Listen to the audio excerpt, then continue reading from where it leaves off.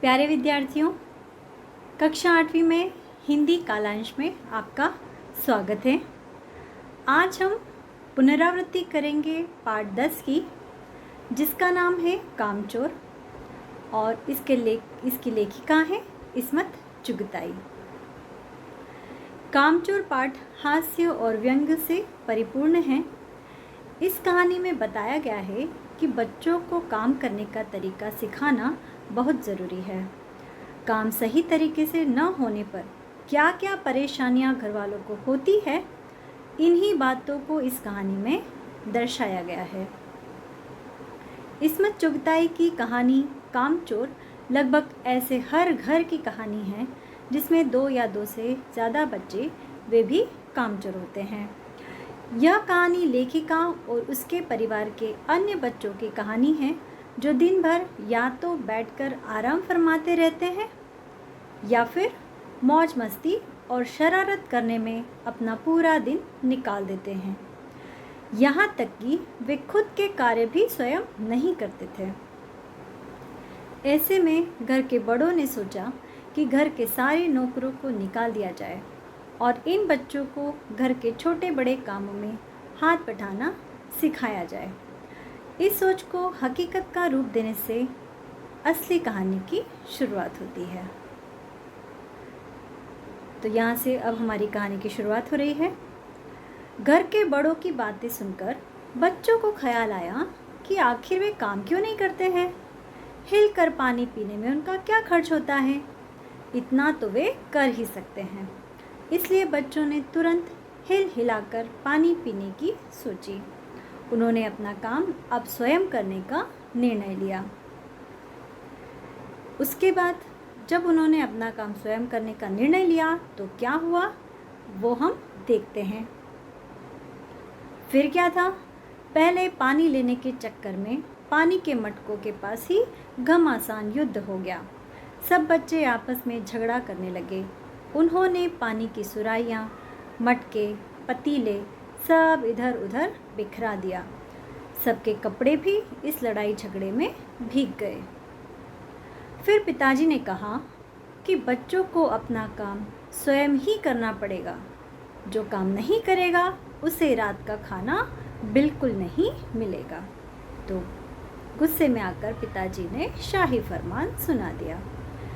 पिताजी ने सभी बच्चों को बहुत से काम करने का सुझाव भी दिया जो बच्चे कर सकते थे, जैसे गंदी दरी को झाड़कर साफ करना, आंगन में पड़े कूड़े को साफ करना, पेड़ों में पानी देना, और बच्चों को थोड़ा सा लालच भी दिया कि अगर वे ये सब काम करेंगे तो उन्हें तनख्वाह भी मिलेगी, क्योंकि नौकरों को पहले तनख्वाह दी जाती थी। अब अगर नौकरों को निकाल दिया जाएगा तो उनके बदले का वेतन भी बच्चों को दिया जाएगा। पगार या पैसों के सपने देखते हुए सभी बच्चे काम करने में जुट गए। फर्श पर बिछाई जाने वाली दरी को साफ करने के लिए बहुत से बच्चे जुट गए, जिससे सारा घर धूल से भर गया। यहाँ भी बच्चों द्वारा इस तरह उधम मचाने के कारण उन्हें तुरंत आंगन से बाहर निकाला गया। तो देखिए किस तरह से सफाई हो रही थी दरी की।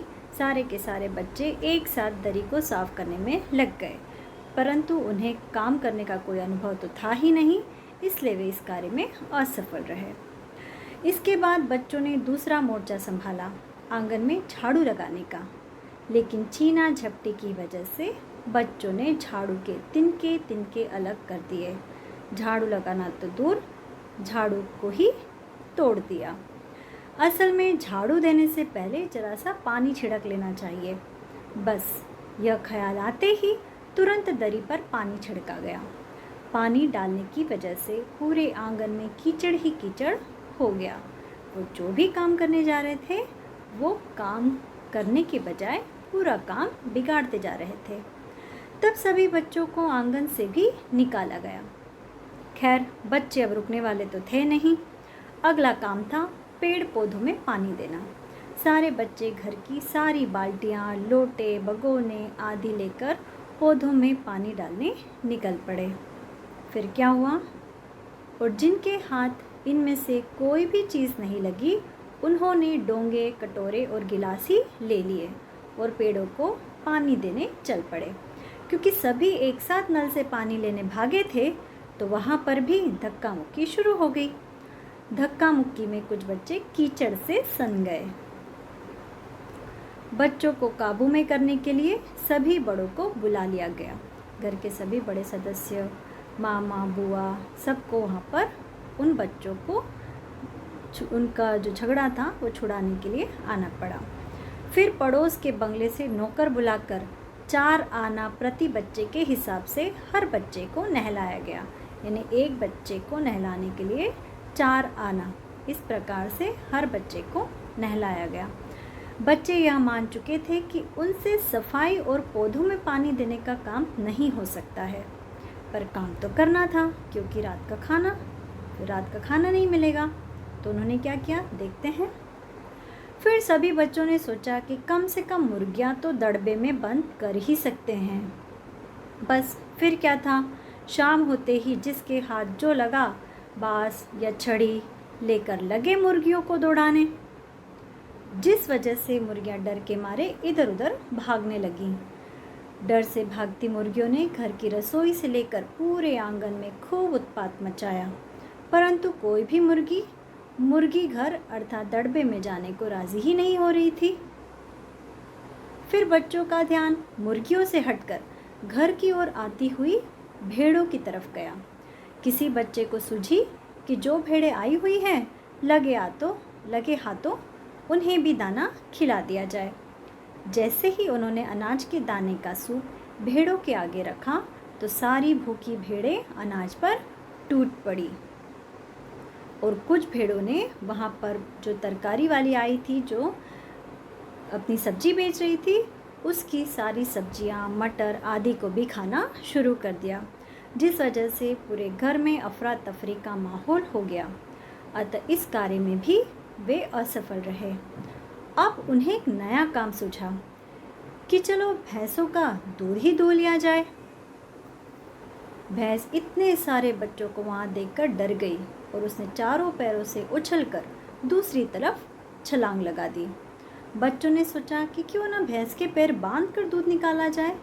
इसलिए बच्चों ने भैंस के अगले 2 पैर चाचा जी की चारपाई से बांध दिए।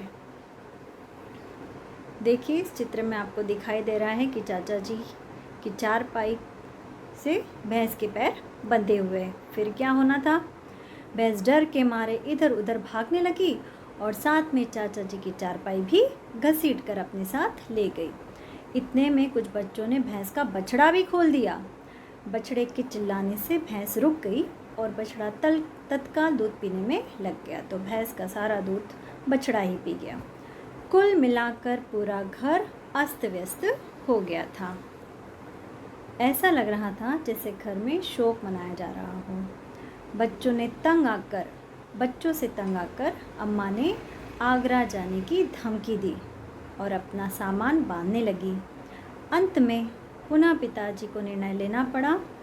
उन्होंने शुरुआत में क्या निर्णय लिया था कि अब नौकरों को निकाल दिया जाएगा और उनकी जगह पर बच्चे अपने छोटे मोटे काम कर लिया करेंगे।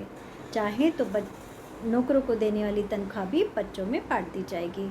परंतु जिस प्रकार से बच्चों ने कार्य किया था, पूरे घर को तहस नहस कर दिया था, उन सब को देख के आखिरी में पिताजी ने निर्णय लिया कि अब बच्चे हैं जो घर के, वे घर का कोई काम नहीं करेंगे। तो इस प्रकार इस हास्यास्पद कहानी का अंत हुआ।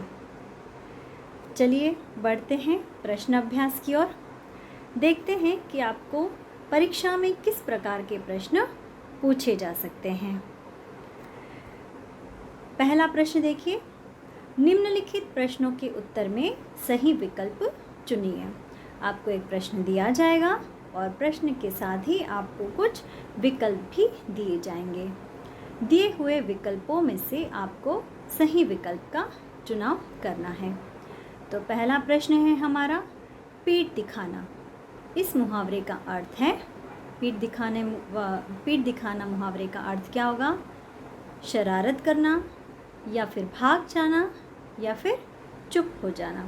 तो पीठ दिखाना इस मुहावरे का अर्थ होता है भाग जाना। तो हमारा सही विकल्प होगा भाग जाना। ठीक है, आपको मुहावरे भी याद करने हैं, उन्हें समझना है।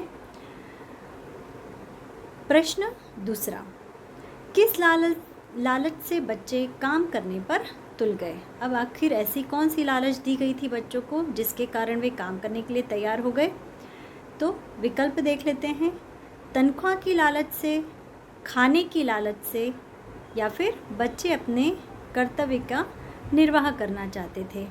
तो क्या बच्चे अपने कर्तव्य का निर्वाह करना चाहते थे या फिर उन्हें तनख्वाह की लालच थी?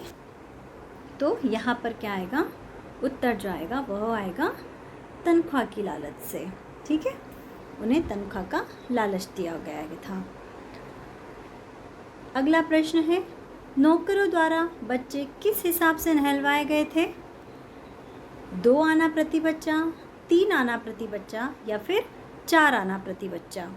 तो यहाँ पर सही उत्तर होगा 4 आना प्रति बच्चा, यानी एक बच्चे को नहलाने के लिए 4 आना दिया गया। अगला प्रश्न देखिए, घर के सारे लोटे, बाल्टियाँ, तसले, भगोने, पतीलियाँ क्यों लूट ली गई? आंगन में नहाने के लिए, पेड़ों को पानी देने के लिए, या फिर फर्शी धरी धोने के लिए? तो सही विकल्प क्या है? क्यों बच्चे घर के सारे लोटे, बाल्टियाँ, तसले, भगोने, पतीलियाँ लेकर आ गए थे? क्योंकि उन्हें पेड़ों में पानी देना था। तो पेड़ों को पानी देने के लिए यह सही विकल्प है। एक और प्रकार से प्रश्न पूछा जा सकता है कि प्रश्न 2 है, निम्नलिखित वाक्य सही है या गलत पहचानिए। अब आपको एक वाक्य दे दिया जाएगा, आपको बताना है कि वह वाक्य सही है या गलत। इसके अंतर्गत पहला प्रश्न है, फर्शी दरी की सफाई के बाद बच्चों ने आंगन की झाड़ू देने का फैसला किया। क्या यह वाक्य सही है? क्या बच्चों ने फर्शी दरी साफ करने के बाद आंगन की झाड़ू देने का फैसला किया था? बिल्कुल सही वाक्य है यह। अगला प्रश्न देखिए, दुहाई देना मुहावरे का अर्थ है याचना करना। यह वाक्य सही है या गलत? बिल्कुल सही है। दुहाई देना अर्थात याचना करना, तो इस मुहावरे का अर्थ याचना करना, यह वाक्य सही है। तो इस प्रकार से हमारा यह आज का वीडियो समाप्त हुआ। धन्यवाद।